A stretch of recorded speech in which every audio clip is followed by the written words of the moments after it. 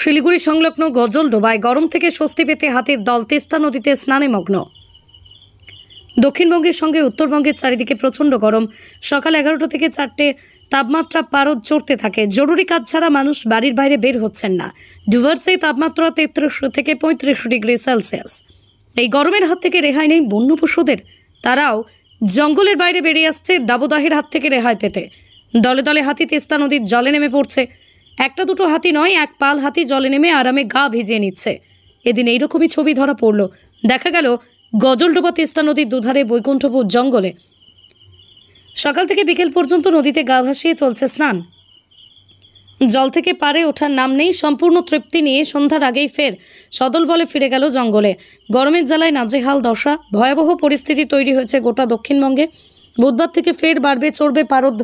শুরু হবে তাপপ্রবাহ। বৃহস্পতিবার ফের তাপপ্রবাহের লাল সতর্কবার্তা 2 মেদিনীপুর, পশ্চিম বর্ধমান, বাঁকুড়ায়।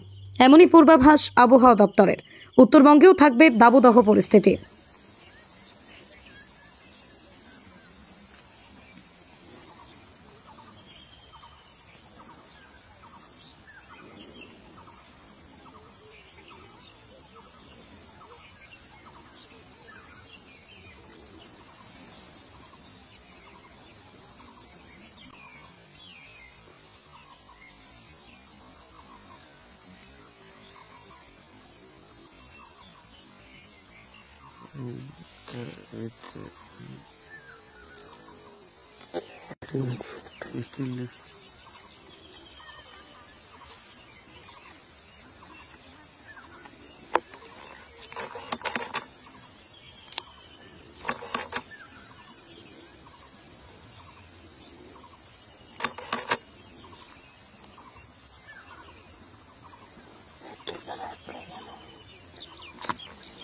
আপনার বাইক কেনার স্বপ্ন এবার হবে পূরণ, কারণ আমান হোন্ডা নিয়ে এসেছে একেবারে স্বল্প ডাউন পেমেন্টে বাইক বা স্কুটার কেনার সুবর্ণ সুযোগ। বিনা অ্যাকাউন্ট, লো সিভিল, ন্যূনতম ডকুমেন্টে আজই নিয়ে যান স্বপ্নের বাইক আপনার বাড়িতে। অতিরিক্ত ছাড় পেতে আজই যোগাযোগ করুন বামনহাট আমান হোন্ডা শোরুমে। শর্তাবলী প্রযোজ্য। যোগাযোগ করুন 9002805414।